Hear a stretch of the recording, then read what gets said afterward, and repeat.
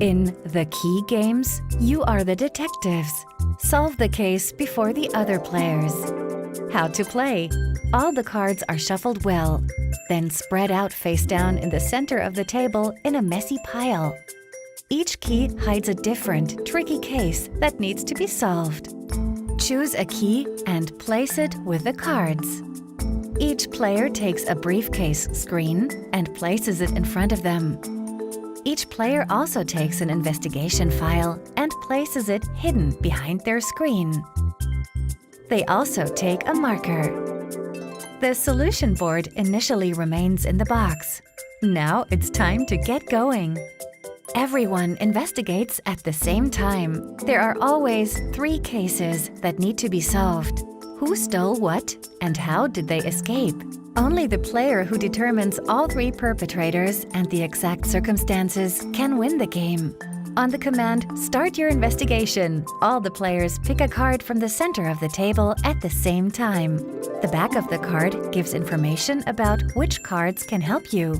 The color code shows which case the witness statement is useful for. Only take cards that show the same color on the back as the selected key. The other cards are useless. Witness statements. The investigation points tell you how useful the card is. The higher the value, the better the evidence. But be careful. Only the player who solves the case correctly while using the least investigation points wins the game. The back of the card also shows whether it is a witness statement or a lab card. The icons are particularly important. They tell you whether the card contains information about the perpetrator, time of the crime, stolen items, or escape, or which of the 3 crimes the evidence relates to. Once you have taken a card and turned it over, you need to decode the evidence on the back. If you took a witness statement, you can evaluate the statement it contains. Sometimes, however, the card only becomes useful later, and you need other clues first.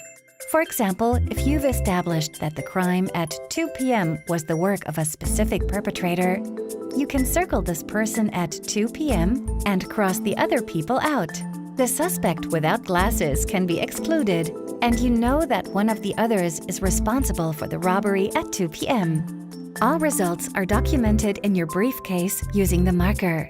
If you took a card with a lab result, you need to try to connect the fingerprint, item, or surveillance camera image with a person. This can be tricky, and you need an investigation file to help you. Cards that you have drawn are placed behind your screen. You can then draw another card right away. You don't need to wait until the other players have decoded their evidence. In this way, the witness statements and lab results let you rule out more and more options until, in the end, all 3 thefts have been clearly solved. If you drew a card with evidence that doesn't help your investigation, you still need to place it behind your screen. If you think that you have solved all 3 cases, you can grab the key.